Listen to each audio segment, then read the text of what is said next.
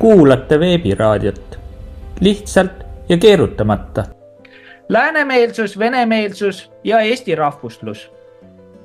Kindlasti kõik on märganud, et erinevad jõud Eestis on hakanud inimesi sildistama. Eriti usinalt teeb seda peavoolumeedia kui ka valitsevad võimuparteid. Ma suhtun suure ettevaatusega kõikidesse nendesse siltidesse, ükskõik mis sinna kirjutatud on, täiesti ükskõik. Sellepärast, et nagu sa mainisid, et venemeelsus või läänemeelsus. Oled sa siis liberaal, demokraat, konservatiiv, ükskõik kui sa ei ole ukrainameelne, siis oled sa juba paugu pealt selle ühiskonna vaenlane. Kui sa ei toeta Ameerikat, siis sa oled kohe mingisugune, ma ei tea, venemeelne või mis iganes, aga kui sa ei toeta Taiwanist, siis sa oled kohe hiinameelne, et niisugune lõpmatu jaburdus ütleks. Ka läänemeelne olemine ei tähenda kindlasti eestimeelsust. Et eestimeelsus on ikka eestimeelsus, et Eesti põhiseaduse vaimus ja nii edasi.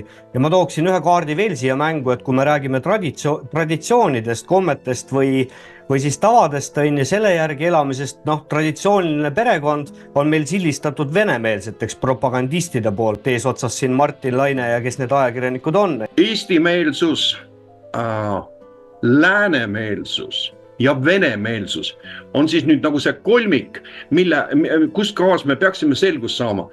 Seesama kommunistlik ideoloogia oli ju pärit ikkagi Euroopast ja see suundumus, mis täna Euroopa Liidus valitseb.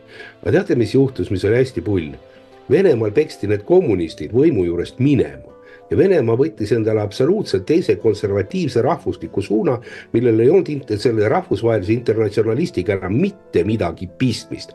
Erinevad Eestist, kes meie jäime täpselt sellesse samasse suunda. Democracy World Tour, ehk siis need on need riigid ja aastad, kus USA pommitas. Minu küsimus on see, et USA, kui ta viis sinna demokraatia, mitu riiki sai sellest õnnelikuks? Selle loogika alusel ei saa eestlased mõelda, et USA tuli siia midagi head tegema. Me oleme mingi erand. Mina rahvuslasena ütleks seda, et ainult Eesti eest, ei kellegi teise eest, ainult Eesti eest.